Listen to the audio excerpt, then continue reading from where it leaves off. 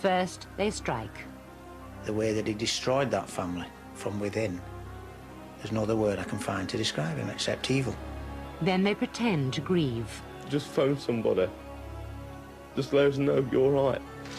They appeal for help. He knew that there was no way that a person can come back from the dead and make a phone call and say, yes, everything's fine. But hide the truth. We do not understand why our daughter has been murdered. I didn't think there was no person on this earth could do that to a child. Tonight, crocodile tears. Help find whoever shot my husband. Please come forward. The killers caught in the spotlight. The killers trapped in a web of their own deceit. How you could possibly move about all day long knowing that that evening you've planned to murder someone.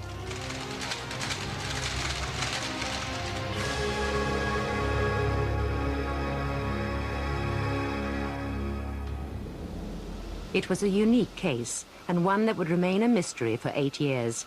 It would finally be solved in an unprecedented sting by one woman's determination and a detective who was prepared to take the biggest gamble of his career. Cirencester? They got out of a plastic bag down on the water in Cirencester. A bag? Oh, I bet they've done her fingerprints already. It's been a long time, actually. It doesn't matter. What, in water? It doesn't matter. If it's her, it's her. It's not particularly unusual in this day and age for people to go missing. It is unusual for a married woman with 2 young children to go missing. November 1992, and 30-year-old businesswoman Rhonda Kay was reported missing from her family home in Newbury, Berkshire. She lived there with her husband Nick and their 2 children aged 2 and 6. The couple ran their own baby wear business from home and took in lodgers for extra money. Rhonda seemed to have everything going for her. Her disappearance was totally out of character. Police were baffled. It just didn't sound right to us that she should suddenly disappear in the morning. Her car was left behind, all her clothes was left behind. The bank accounts and so on hadn't been interfered with. Police have searched the canal at the back of the Kay's home, as well as the house itself and the surrounding area. A month into the investigation, and the hunt for Rhonda had failed to unearth any new evidence.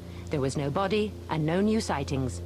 She's taken no money from her bank, and even her toothbrush is in place. All the indications were that Rhonda Kay had either harmed herself or somebody had harmed her. With the case at a dead end, police called a press conference in the hope of uncovering fresh leads. They asked Rhonda's husband Nick and her sister Rochelle to help with the appeal. And every now and then the kids ask me where she is, and I just want to be able to tell the kids she's gone away and she's safe and know that it's the truth. Every night I can come up with another story. I mean, it's so difficult for me to be able to assess what's happened to her or what she's done. During the police investigation, it emerged that there had been trouble at the family home. 2 days before she went missing, Rhonda had found her husband Nick in bed with their lodger, Karen Scott, and had asked her to leave. It was the second time Rhonda had caught Nick having an affair, and the next day she consulted a solicitor about divorcing him. The last time I spoke to her was she was waiting for Nick to come home from work, and she said her words to me were that she was going to have it out with him and ask him to leave. Rochelle was surprised when she called the house the next morning. He told me that he had gone to bed, and in the morning when he woke up to give her a cup of tea, she was gone. The separation, she knows the separation is definite, and I know the separation is definite, but for the kids' sake, I just want her to let someone know that she is safe. He was very obliging and cooperative and prepared to do anything he could to assist. He maintained his version of events that at any moment now it was most likely that Rhonda Kay was going to walk back through the door. But police were beginning to have their doubts about Nicholas Kay. Next question. There was a good deal of suspicion that Rhonda Kay had been killed, and of course Nicholas Kay, owing to the circumstances of her disappearance, Nicholas Kay would have had to been the prime suspect. Next question. Kay was in for a surprise. This was going to be a press conference with a sting in the tail. Among the gathered journalists was Roger Sawyer, who worked for a local news agency. Normally when you go to a news conference like that, you'll have a little briefing with the police beforehand and they'll tell you what the situation is. Sometimes they'll explain to you that the relatives are extremely upset and they'll want you to be quite gentle with them because they're just appealing for information. It was a bit different with this one because we had the informal briefing with the police beforehand. There was none of that. In fact, almost the opposite. I remember asking the officer, is it all right if I ask him if he killed her? And he said, you can ask him what you like. Ladies and gentlemen, 2 more questions and then it ends. Roger. I have to ask you the question, Nick. Have you killed your wife?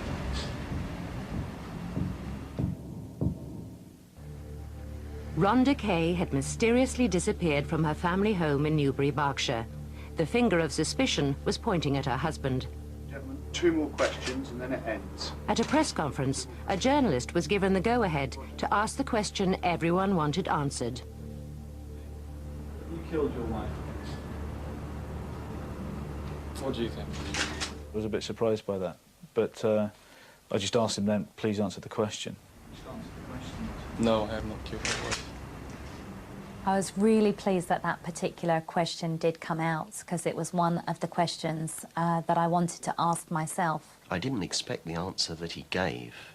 I would have liked a much more sincere and concerned answer. I think a lot of people watching that interview would have expected to see some genuine signs of distress on his part. What do you think? And his response, to me, answered the question of his guilt.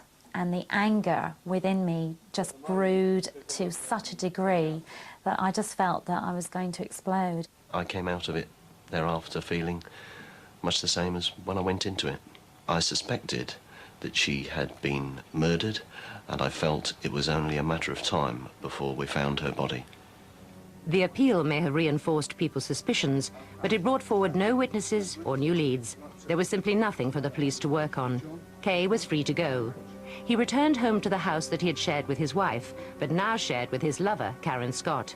In fact, it would emerge that she had returned to the house just 2 days after Rhonda went missing, and that Rhonda's possessions had been sold or burnt. I understood very clearly that Rhonda was never going to come back. Kay later married Karen Scott. It would be news to hear. We've really had a belly full of all this, to be honest. With no body and no evidence, the investigation into Rhonda's disappearance went cold. For 7 years, there were no sightings of Rhonda. Rochelle was battling to keep the investigation alive, but despite routine police reviews, the case had come to nothing. As the years rolled by, I had to resign myself to the fact that there was a possibility that she may never be found. But things were about to change. Autumn 1999, and Rhonda's case was reviewed by Detective Superintendent Trevor Davis.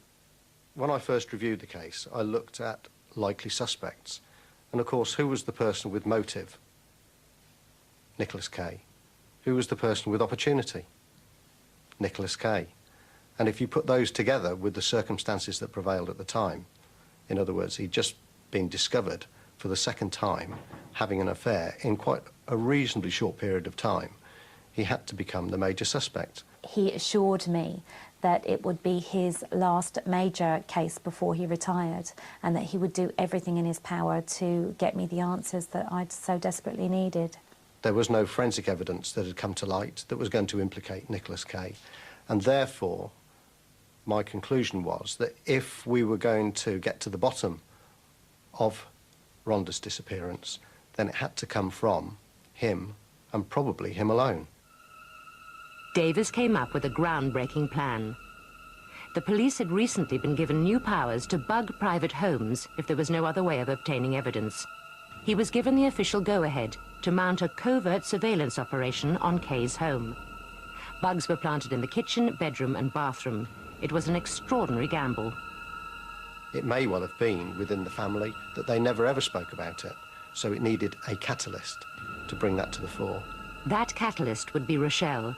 Davis scripted a phone call during which Rochelle would tell Kay that remains had been found. She would give the minimum amount of information in the hope that anything Kay said would incriminate him.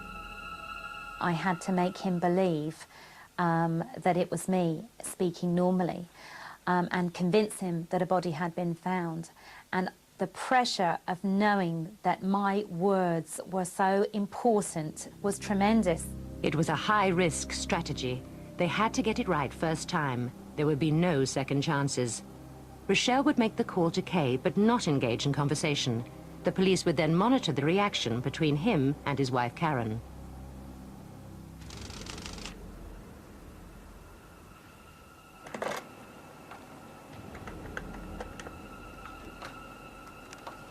Hello, Nick. It's Rochelle. The police have been down to see me. They found some remains and have taken some DNA samples. I hope they get you this time, you bastard. What the surveillance team were about to hear was dynamite. What? That was Rochelle. What? That was Rochelle. What did she say? Hold on a minute. Got her out the plastic bag down on the water in Cirencester. A bag? Oh, I bet they've done her fingerprints already. It's been down there a long time. It doesn't matter. Yeah, it'll all be circumstantial though, won't it? Oh, God. I can't take this. Yes, but putting it in a plastic bag looks suspicious. If they look in the bottom of the river, there's pebbles. The first thing you should have discussed it with me. I mean, I don't think you're telling me the truth. I don't think you use gloves. Why wouldn't I use gloves? It became apparent to me that I was actually listening to a confession from his own mouth. You don't know it. They could have found slight forensic evidence in the van. They could have found slight forensic evidence on the walls in the bedroom as well. No. Have you heard about that light that picks up? You know, I mean, I had a hell of a job getting the carpet sorted. You know, that Hoover, that thing, I must have been on it for over an hour. I must have done all of it. As the information came out about the likelihood of what had happened to Rhonda, the evidence was getting stronger and stronger. Bloody Rochelle. Sorry? Bloody Rochelle.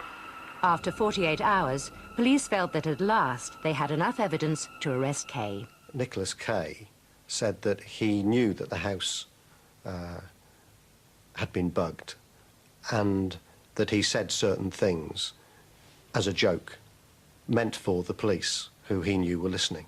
That was an absolute nonsense. When we looked at the tapes overall, it was more than evident that it was no joke. Nicholas Kay was charged with the murder of his wife, Rhonda. There was no evidence to implicate his current wife, Karen. In the recorded conversations, there were references to a body in water near Cirencester. Police divers searched local gravel pits, but found nothing. In a 30-square-mile area, the chances of ever finding Rhonda's body are remote.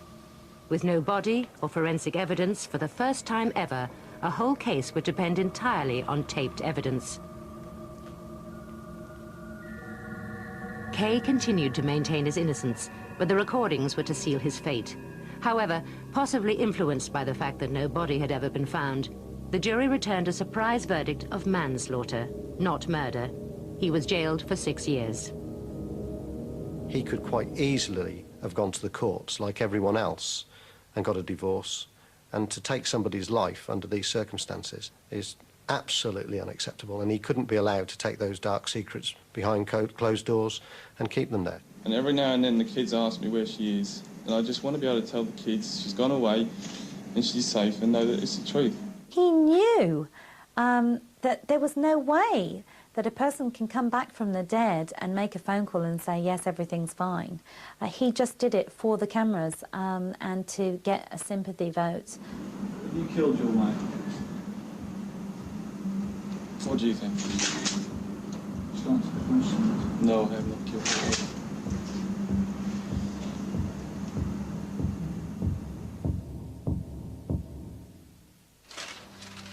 There are more than 800 murders a year in Britain, and every year there are dozens of police press appeals. But in the last decade, there have been at least 17 cases of killers crying crocodile tears. Some people, like Vincent Shilton, even staged their own media appeals. Come home. Or if you don't want to come home, just phone somebody. Just let us know you're right. For the watching public, it was an emotional plea for the safe return of his missing girlfriend, 23-year-old Lisa Blunt, the mother of 4 young children. But Chilton was lying. He'd already killed Lisa in a drunken brawl and taken her body to a nearby wood where he'd soaked it in petrol and set it alight. Just let us know you're right. But police arrested Chilton and he confessed. He was convicted of manslaughter and sentenced to 8 years. Mitchell Quay went one step further and mounted his own media campaign when his wife and the mother of 2 young children disappeared. One day, either Lindsay's going to walk into a police station or someone's going to see Lindsay. Quay was the #1 suspect, but publicly protested his innocence, even appearing on This Morning. Obviously, the question has to be put, and I know what your answer's going to be, but, I mean, did you kill her? No. No, I just wish someone had listened to me. No one has listened to me since this has begun. After 15 months, he took his publicity campaign one stage further. I will not stop until they either apologise to me or I get compensated because I think I deserved it. I've been branded a murderer in this town by them. But in the end, Quay couldn't keep up the charade. After 36 hours of police questioning, he finally cracked and confessed to Lindsay's murder. He led police to where he'd dumped her dismembered body. He was jailed for life. Many killers think their lies will somehow hoodwink the police and watching public alike. They may believe their tears will save them. They may believe they can ride out the storm. They may even court the limelight, hoping to deflect suspicion from themselves. But in some cases, it's the very appeal they make that leads directly to their downfall. The children of Robert Wignall, grief-stricken and baffled by the brutal murder of the father they loved. I can't find any motive whatsoever why anyone would have done this. I've never known my father to raise his hand or even argue with anyone. Addleston, Surrey, and a romantic walk in the woods ended in murder for 55-year-old Bob Wignall. Bob had gone with his wife Sandra to feed some fox cubs when he was attacked and stabbed several times in the chest. Sandra managed to escape. They'd been married for less than a year. It's one of those things where everybody says that he's a nice guy, and he genuinely was. He never got upset with the children or his grandchildren. Absolutely idolised his grandchildren. Bob had been distraught when Rose, his wife of 30 years, had died of cancer. But then he met Sandra, and on Christmas Eve in 1991, they married. I think everybody was genuinely happy for Bob, that we really thought that he'd found a little bit of happiness again. Sandra gave police a description of 3 men she said attacked her husband. Senior Investigating Officer Pat Crossan was called to the scene. So you looked for a motive. Was it robbery? Was it revenge? Was it an argument that had got out of hand? But there was no information leading to any of those. So it just appeared to be a motiveless crime. It's beyond belief. You can't take it in at all. I've never known my father to raise his hand or even argue with anyone. You seem to be on automatic pilot through the whole thing. It's as if you're living somebody else's life. It's not your life anymore. I would urge anybody that even thinks they might know something to come forward. Bob's 3 children, Debbie, Denise and Dean, took part in the appeal, but Sandra was too distraught. Now, you've got to understand that it's a very daunting thing for people to go before the media. They're not trained for it, they're not accustomed to it. And so you cannot make a judgment about why people do or they don't participate. She was now part of our family, and she'd been through this terrible thing. And we tried to help her deal with her grief as well. A month into the investigation and with police looking for new leads, a crime appeals program staged a reconstruction of the murder using actors. Sandra agreed for her voice to be used in the appeal. We were standing talking, and from behind Bob's back, I saw these 3 boys. Have you seen a puppy boxer, mate? No dog round here, I'm afraid. They just seemed to appear from nowhere. I thought one of them was coming after me, that I actually ran to the bottom of the motorway. I didn't know what to do. I was absolutely terrified. As a result of the appeal, police received dozens of calls. but one in particular stood out. An anonymous caller told detectives they should be looking not for 3 men, but 2. He made another startling claim. He was very, very persistent in saying that it was Sandra Wignall was the key to solving this crime. He made a significant comment to me that she was an evil woman, and that if I had her followed, she would take me to the address where these men could be found.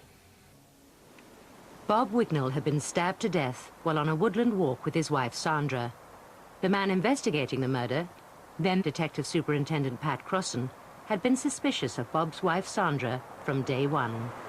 Robert Wignall was murdered near the spot where I'm now standing, and his body was dumped about 10 feet behind me.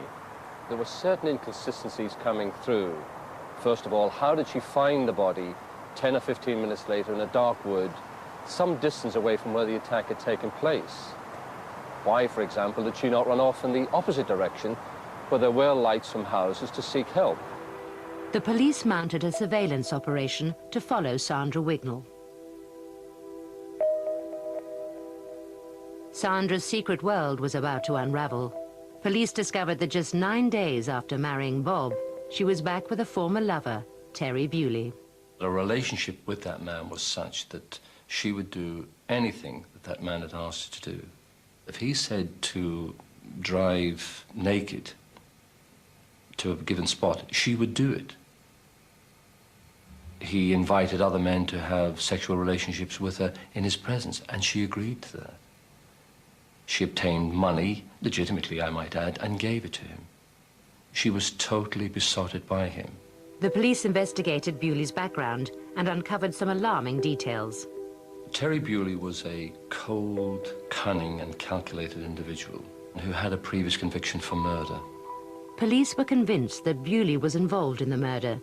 They also discovered that 3 months after marrying Bob, Sandra Wignall had persuaded him to take out a life insurance policy for £21,000. But Bob had begun to suspect his wife was having an affair. He confronted her about it just a week before he was murdered. Police followed Sandra Wignall to Bewley's house 50 miles away, where they arrested the pair and another man, Bewley's lodger, Martin Hughes. When questioned, Hughes admitted being the anonymous caller. He had recognized Sandra Wignall's voice on the appeals program. She was a regular visitor at Bewley's house. When Bob and I actually got together, he was such a different person. He, you know, reverted back to his old self, and everybody was thrilled to bits. Hughes was also able to give police the identity of a second man who he said attacked Bob. Harold Moult. Police arrested Moult, who made a full confession. He told us about how he and Bewley had disposed of clothing, and in fact where he, Moult, had disposed of a knife in a canal in Birmingham. Bewley and Wignall continued to deny any involvement in the murder, but Moult's confession had given police the proof they needed. The pair were charged. Bob's family was shocked, but had begun to have their doubts about Sandra's story. There were times when you thought, you know, she must know more than she's letting on. You feel quite bad upon yourself for thinking them. Sanity, or what you think is sanity, kicks in, and you think, well, that's just ridiculous to believe that she would have done this. Why would she have done such a terrible thing? She actually sat in my kitchen discussing how she was going to spend the money, how she'd promised her daughter a horse. I suppose you're in shock yourself, and you don't want to believe, you desperately don't want to believe that she could possibly be involved. Sandra Wignall had not wanted to take part in the police press appeals. She feared showing her face would help people link her to Bewley. She only reluctantly agreed to use her voice, but even that was enough to trap her. The motives for this murder, said the prosecution, were lust and greed. Sandra Wignall claimed her husband had been attacked by 3 youths for no apparent reason. The story was, said the prosecution, complete fiction. This woman was portrayed in the press after she was tried as almost, virtually a prostitute. And we had absolutely no knowledge. Sandra lived a totally double life. just weren't describing the person we know. It still seems unbelievable. In November 1993, Terry Bewley, Harold Moult and Sandra Wignall were jailed for life. In a dramatic sense, he had signed his own death warrant when he married Sandra Wignall. She lured him into that wood with the sole purpose of somebody killing her husband. When Bob and I actually got together, he was such a different person. He, you know, reverted back to his old self, and everybody was thrilled to bits that he'd met me, and everybody was very thrilled when we got married. It's incredibly difficult to understand how you could possibly move about all day long knowing that that evening you've planned to murder someone.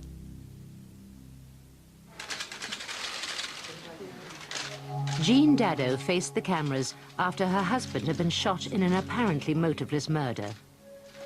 I would just like to say, anybody out there knows anything or has seen anything that could help find whoever shot my husband, would please come forward.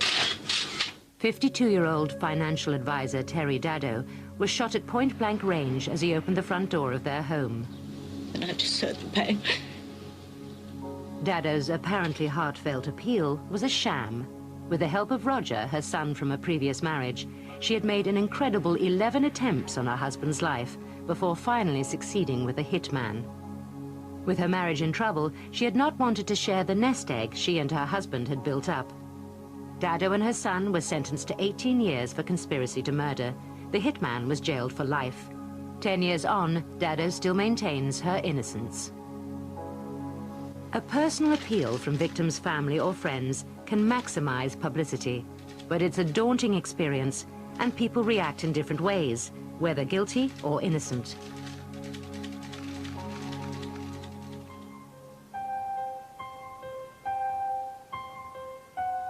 West Yorkshire, and a quiet rural town was rocked by the sudden disappearance of 23-year-old Linda Fleming, a trainee pharmacist. Linda, who lived with her parents, had failed to turn up for work. After 24 hours and with no news of her whereabouts, her father reported her missing. She loved her family, she was devoted to her family, and seemed to be much closer to Dad than to Mum. She was Daddy's girl. She loved her boyfriend, Stuart. They were going to get engaged. 6 days later, and with still no clues to go on, Linda's boyfriend, Stuart, father Derek, and brother Stuart appealed for information. Was she depressed for any other reason? No. Linda was not depressed. And I do not want anybody to even think that Linda was depressed. For the gathered journalists, it seemed an all-too-familiar routine. Many were fearing the worst. The press conference took place at a time when there'd been quite a few briefings where members of murder victims' families had given conferences and had turned out to be the killers. So we were looking at all three of them and wondering which one of them might be the murderer. Linda, wherever you are, or for whatever reason, please come home or just ring. We all love you and we want you home with us. None of us suspected Derek for 1 second, and we certainly didn't suspect his son Stuart. So we were all looking at Linda's boyfriend thinking, was it him? She was down at my house, and Mum and Dad knew she was there. She was staying over. She would even ring to tell them she was staying over, even though they knew she was there. Whereas Derek had been crying and was shaking and was visibly upset and obviously devastated, Stuart was very straight, very calm. There were no tears. The appeal was disappointing. It brought no new leads or sightings of Linda. Police stepped up the search. So far, an extensive search by mounted police, tracker dogs and the helicopter has found no trace of Linda. The police were far more concerned than they would normally be for your commoner garden missing from home. I think everyone believed right from the beginning that something more sinister was afoot with this case. 3 days later, their worst fears were confirmed when the body of a young woman was found on the moors 5 miles away. It was identified as Linda's. The pathologist reported that she had died as a result of multiple blows to the head with a heavy blunt instrument. The call for further help from the public remains, with the belief that it may now take just one piece of evidence to trap Linda's killer. There had been no sexual assault or robbery, and with no obvious motive, police began to suspect that Linda had been killed by someone close to her. People started to look around and say, well, who on earth could that be? The spotlight fell on the last people known to have seen Linda alive, her family and her boyfriend. The community was stunned. Forensic scientists were sent into their homes. The search at Linda's boyfriend's house produced no evidence. He was in the clear. But during the search of the Fleming family home, there was a shocking discovery: microscopic specks of blood. There was, I recall, blood staining between the tiles on some of the grouting. There was a small amount of staining within a cupboard in the utility room, and there was a stain on a peg bag which was subjected to DNA analysis. At lunchtime today, detectives announced that a 51-year-old local man had been arrested in connection with Linda Fleming's murder. Linda's brother was in the clear because of an alibi. Police arrested her father, Derek. I confess, we were all pretty staggered by that, because you just don't hear about fathers murdering their grown-up daughters. Then came a second breakthrough. A search of Fleming's car produced more traces of blood. There was also blood under the laces of his shoes. He was now the prime suspect in his daughter's murder. The net was closing in. Fleming's account of his whereabouts on the day Linda disappeared didn't add up. He said that he'd returned home at around about 8:15. They confronted him with the fact that his wife and their neighbour had said that he'd returned at about 10 and that they were there. And so it was that Fleming then changed his account and said, oh, well, I must have returned home twice. Police questioned Fleming for nearly 3 days. He continued to deny any involvement in the murder. Without more evidence, they would have to release him in less than 3 hours. Then came the results. The blood was Linda's. Police presented Fleming with the damning evidence. And then, and only then, did Fleming ever admit that Linda had been there and that she had died there. Fleming claimed that Linda had died when he pushed her during a violent argument. He said he'd hit her with a hammer and disposed of her body to make it look like she'd been attacked by a stranger. This contradicted the pathologist's report, which stated that Linda had received at least 9 blows to the head while she was alive. Fleming would change his story several times. Suddenly the picture that we had of Derek Fleming being this pillar of respectability, being this family man, was shattered. It turned out this happy, married family man had been carrying on an affair for 16 years with a former work colleague. It was speculated that Linda had found out about her father's affair and was about to reveal all. Derek Fleming turned out to be a control freak who ruled his family with an iron fist, if you like. It's a cliche, but it's true. He was an absolute tyrant in the home. Derek Fleming was convicted of murder and sentenced to life imprisonment. Linda, wherever you are, or for whatever reason, please come home or just ring. We all love you. It emerged that Fleming had been reluctant to take part in the police press appeal, an appeal that was later to be dramatically turned against him. In an unusual step, his apparently grief-stricken plea was played to the judge and jury during his trial. He practiced a cruel and arrogant deception on his family at a time when they must have been aging with anxiety over Linda's fate. But this was, first and foremost, a lie. This press conference showed, we suggested, just how controlled he could be, because that quivering of the lip, that crocodile tear, was wholly bogus. It was the act of a man who was trying to save his own skin. Linda, wherever you are, or for whatever reason, please come home or just ring. We all love you and we want you home with us. Not everyone breaks down in front of the cameras. Sean Jenkins, flanked by his wife, was the model of calm control as he appealed for help after his foster daughter, Billy Jo, was found murdered. As a family, We are totally devastated. We do not understand why our daughter has been murdered or what the motive could possibly be. 13-year-old Billy Jo had been bludgeoned to death as she painted the patio doors of the family home in East Sussex. We appeal to anyone who thinks they have any information about this crime to contact the police urgently.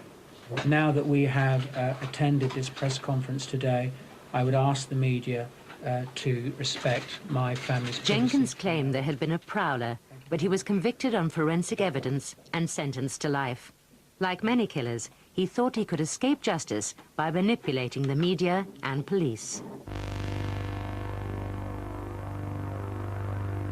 It was Manchester's biggest police investigation since the Moors murders. It's a very, very sensitive thing to a lot of people in the Northwest, you know, children going missing. May bank holiday weekend, schoolboy Jamie Lavis goes missing. How can an 8-year-old child, and bear in mind he was only just 8 years of age, how long can he survive out on his own, unsupported?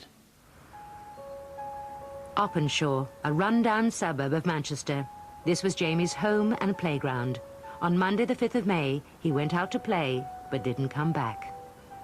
We was looking for him. Up until tea time, we thought he was just messing about, playing hide and seek or whatever.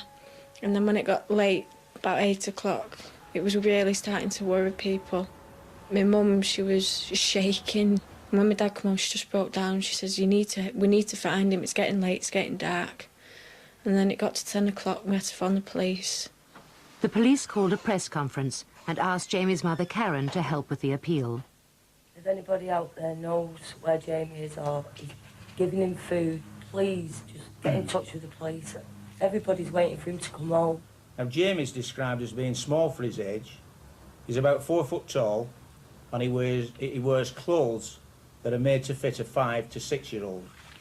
A crucial witness came forward, Darren Vickers. He approached Jamie's sister, Jane. And he said to Jane, he wouldn't happen to be wearing a dark blue Reebok tracksuit, would he? So Jane said yes. And he said, oh, he was on my bus. Bus driver Darren Vickers lived round the corner from the Lavis family, and he quickly joined in the search for Jamie. He was like a best friend. Anything that we wanted doing, he'd be there, offering his help, no matter what it was, not the time of day, night, he'd be there. We just got close. It's like one big close family now because we've been out basically 24 hours a day, all of us involved looking for Jamie. And remember, if you're desperate like the Lavis family were, they've lost a child, they'll hang on to anything or anyone in order to assist to find that child. Over the following weeks, there were hundreds of reported sightings of Jamie, but they all came to nothing. The last known person to see him alive was still bus driver Darren Vickers. Terrible. Could never dream of it. A young child on the bus like that, you know, just going missing. It's just unbearable to think about. It's just a nightmare for everyone. According to Darren Vickers, Jamie had been just another passenger on the bus. But when police tracked down other witnesses who'd been on the 219 that day, they gave a very different story. He made that bus like a playground. To be allowed to change gear while the bus is moving, to give out tickets, to press the ticket machine, to sort the change out, to stand in the actual driver's cabin next to the driver. All these things, if you are a young boy, are very, very attractive. In fact, Jamie had spent over 6 hours on the bus that day. According to Darren Vickers, Jamie had an all-day saver ticket, so he'd allowed him to stay on. It's like any child that has a day saver ticket which you're boarded with. It's up to them what they do with it. They paid for the ticket. They can do really what they're pleased with it. They don't issue those sorts of tickets to children, and in fact, Jamie never had a day saver ticket. He was just allowed to remain on the bus. Police were beginning to have serious concerns about the man who was now in the heart of the Lavis family, and even doing television appeals on their behalf. There's somebody out there who's got to be sick for keeping a child of that age. You know, it shouldn't be done. If you had any respect, you just hand him over to the nearest police station, just let the child go in, just let him come home. He's not in trouble, he's not nothing, he's just wanted. He wanted to do more appeals than what we was willing to do because we didn't want to be constantly in the public eye. The more that he put himself up in front of the media, which he did regularly, as though he was the hero, trying to find this child, trying to organise all the searches and having the family depend on him all the time. This would assist him to keep one step ahead of the inquiry. But then a crucial piece of evidence came to light. After going through hours of CCTV footage, the police came across images of Jamie captured at the bus station on the day he disappeared. Darren Vickers was also caught on camera, following Jamie and even ruffling his hair. This contradicted Vickers' story.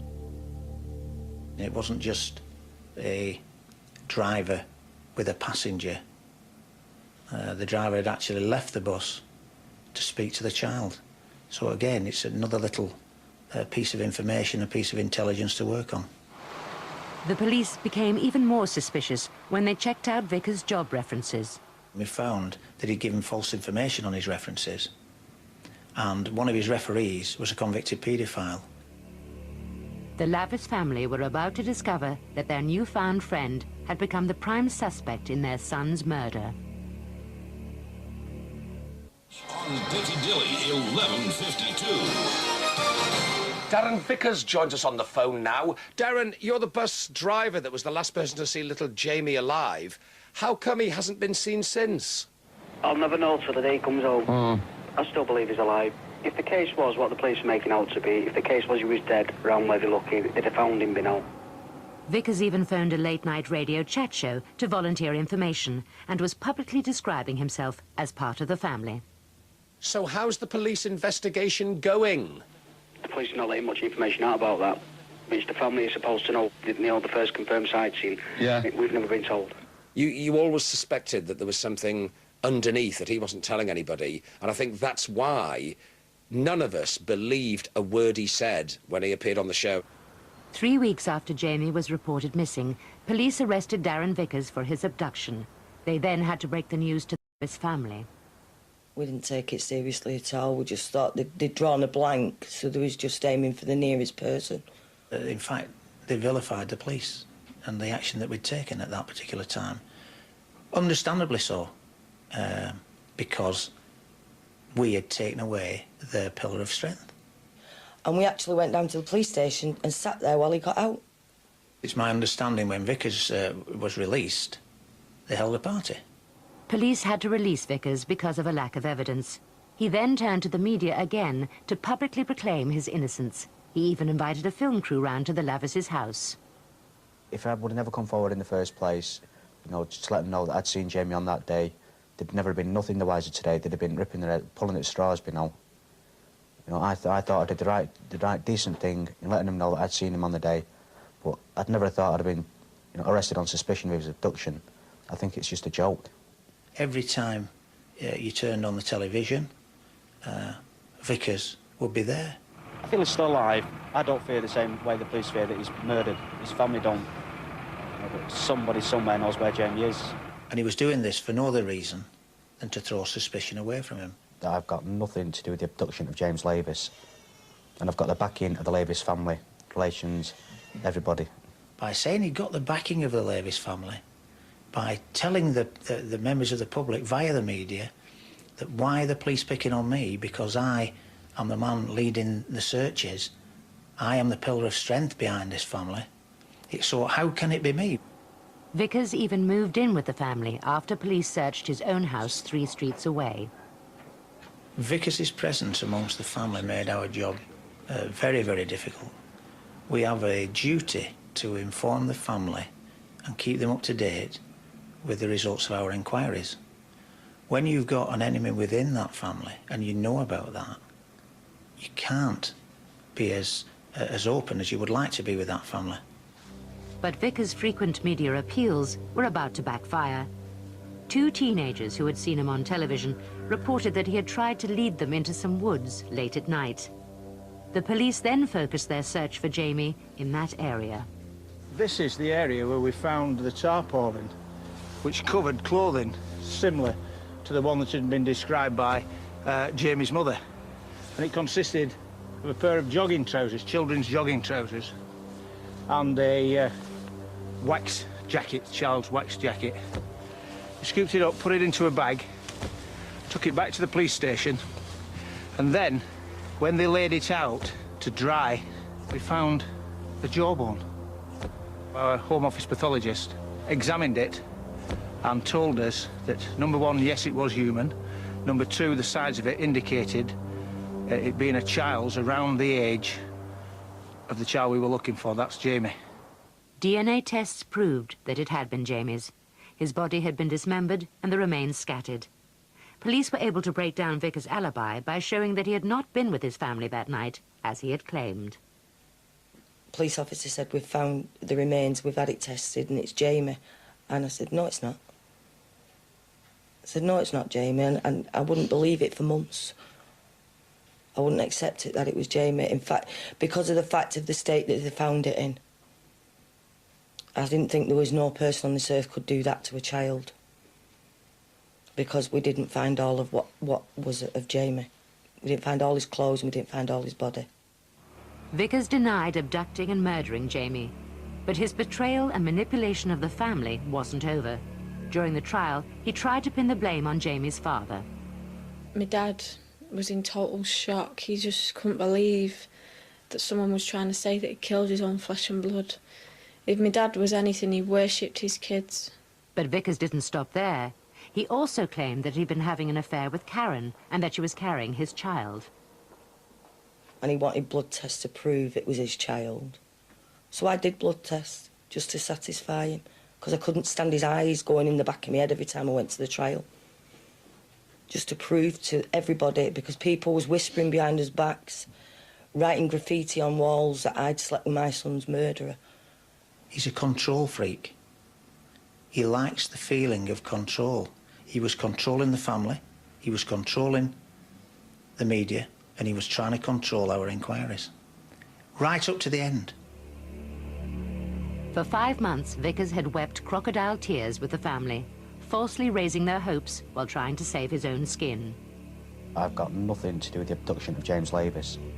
In April 1999, he was sentenced to life. 24 hours later, he confessed to sexually abusing and murdering Jamie. What he did to Jamie, what he did to that family, the way that he destroyed that family from within, there's no other word I can find to describe him except evil.